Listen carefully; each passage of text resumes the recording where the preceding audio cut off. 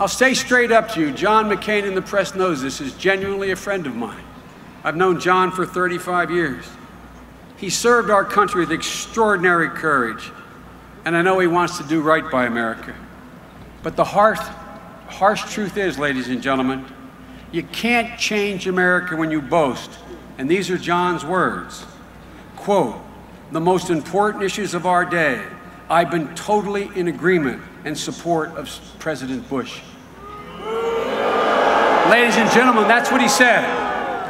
You can't change America when you supported George Bush's policies 95% of the time. You can't change America when you believe, and these are his own words, that in the Bush administration we made great progress economically. You can't change America and make things better for our senior citizens when you signed on to Bush's scheme of privatizing Social Security. You can't change America and give our workers a fighting chance when after 3 million manufacturing jobs disappear, you continue to support tax breaks for companies who ship our jobs overseas. You can't change America and end this war in Iraq when you declare, and again, these are John's words, "No one has supported President Bush in Iraq more than I have," end of quote. Ladies and gentlemen, you can't change America. You can't change America when you know your first 4 years as president will look exactly like the last 8 years of George Bush's presidency. My friends, we have a...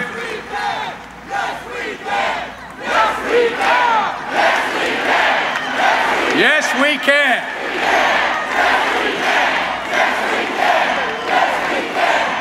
My friends, I don't have to tell you, this election year, the choice is clear. One man stands ready to deliver change we desperately need. A man I'm proud to call my friend. A man who will be the next president of the United States, Barack Obama.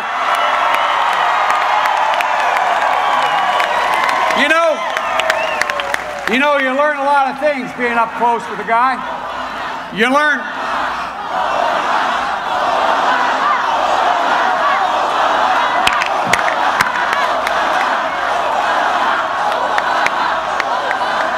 Let me tell you about Obama. You learn a lot about a man when you campaign with him, when you debate him 12 or 13 times, when you hear him speak, when you see how he thinks, and you watch how he reacts under pressure. You learn a lot about his strength of his mind, and I think even more importantly, the quality of his heart. Ladies and gentlemen, no one knows better than I do. The presidential campaigns are crucibles in which you're tested and challenged every single day. And over the past 18 months, I've watched Barack meet those challenges with judgment, intelligence, and steel in his spine. I've watched as he's inspired millions of Americans to this new cause. And during those 18 months, I must tell you frankly, I've been disappointed in my friend John McCain, who gave in to the right wing of his party and yielded to the very swift boat politics that he once so deplored. And folks, campaigns for president are a test of character and leadership. And in this campaign, one candidate has passed that test.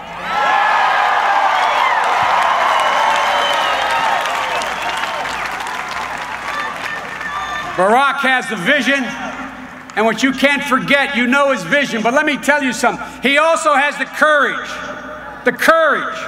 to make this a better place. And let me tell you something else. This man is a clear-eyed pragmatist who will get the job done. I watched with amazement as he came to the Senate.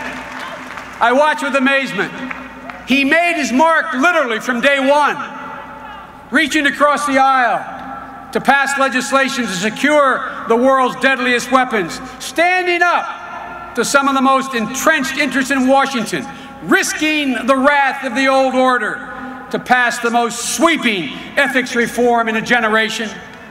But I was proudest when I watched him spontaneously focus the attention of the nation on the shameful neglect of America's wounded warriors at Walter Reed Army Hospital.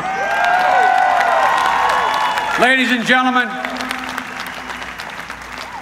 I know I'm told I talk too colloquially, but there's something about this guy. There's something about this guy. There's something about Barack Obama that allows him to bring people together like no one I've worked with and seen.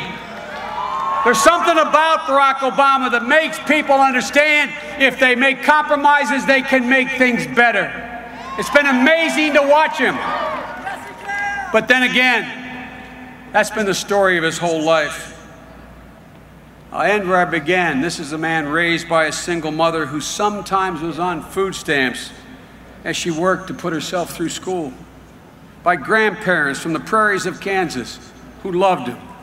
A grandfather who marched in Patton's army and then came home and went to college on the GI Bill. And a grandmother with just a high school education started off working in a small bank in the secretarial pool and rose to be vice president of that bank. Ladies and gentlemen, these remarkable people gave Barack Obama the determination and drive, and yes, the values, to turn down that big job on Wall Street, to come to Chicago's South Side, where he helped workers help themselves after the steel mills had been shut down and the jobs disappeared. Ladies and gentlemen, my wife Jill, who you'll meet soon, and is drop-dead gorgeous. My wife Jill, who you'll meet soon, she also has her doctorate degree, which is a problem.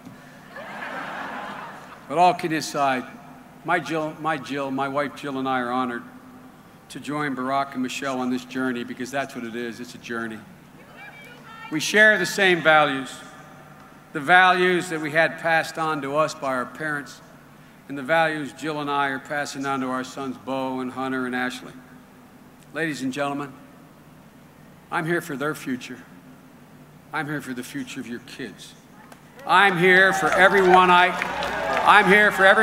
grew up in Scranton, Pennsylvania, who's been forgotten, and everybody in Claymont, Delaware, and Wilmington, where I lived. I'm here for the cops and the firefighters, the teachers and the line workers, the folks who live, the folks whose lives are the measure of whether the American dream endures. Ladies and gentlemen, this is no ordinary time. This is no ordinary election. And this may be our last chance to reclaim the America we love, to restore America's soul. Ladies and gentlemen, America gave Jill and me our chance. It gave Barack and Michelle their chance to stand on this stage today. It's literally incredible. These values, this country gave us that chance. And now it's time for all of us, as Lincoln said, to put our feet in the right place and to stand firm. Ladies and gentlemen, it's time to elect Barack Obama president. It's our time. It's America's time. God bless America, and may he protect our troops.